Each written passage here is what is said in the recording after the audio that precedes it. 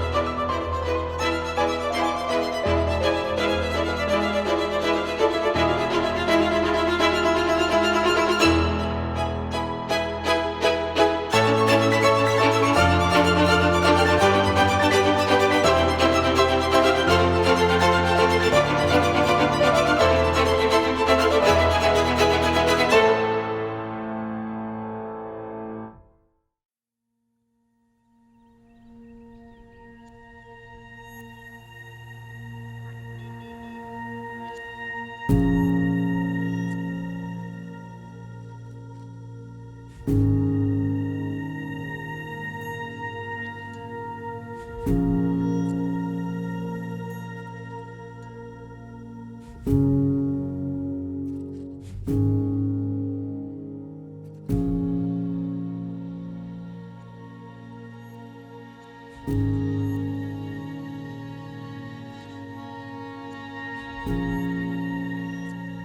simpler it got, the better it got. You can't help but go there and just be like kind of moved by the simplicity of it. When you walk up the set of steps, there is the map, and that map shows the rivers, which explain how the soil got to be so fertile. It has the train tracks, which were built to basically clear the swamp of trees to turn it into farmland. The port mainly of Helena, where the wealthy, elite would live, the landowners, and then how the rest of the county was just collections of sharecropper cabins.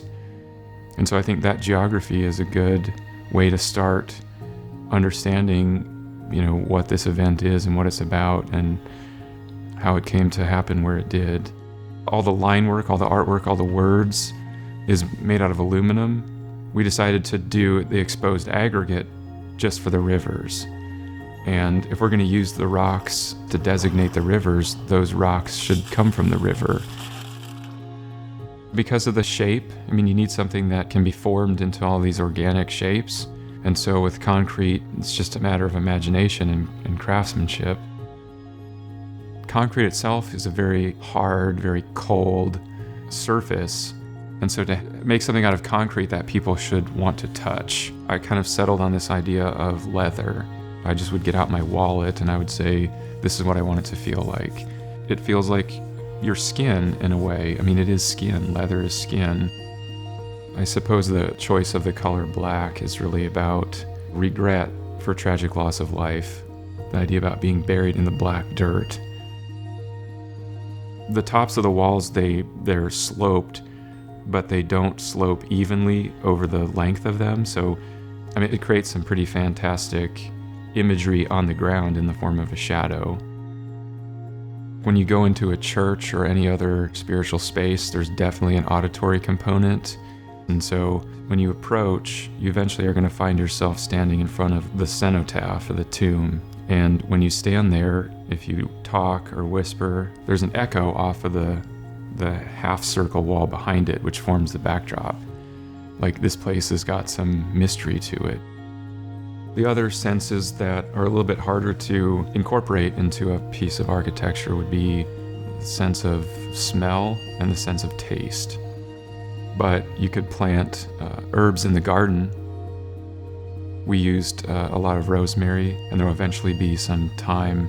I just love rubbing my hands in those plants. Yeah, I feel like that can move your spirit a little bit. I'm really happy that it's done, that it exists. I would say that it has the potential to accomplish its goals.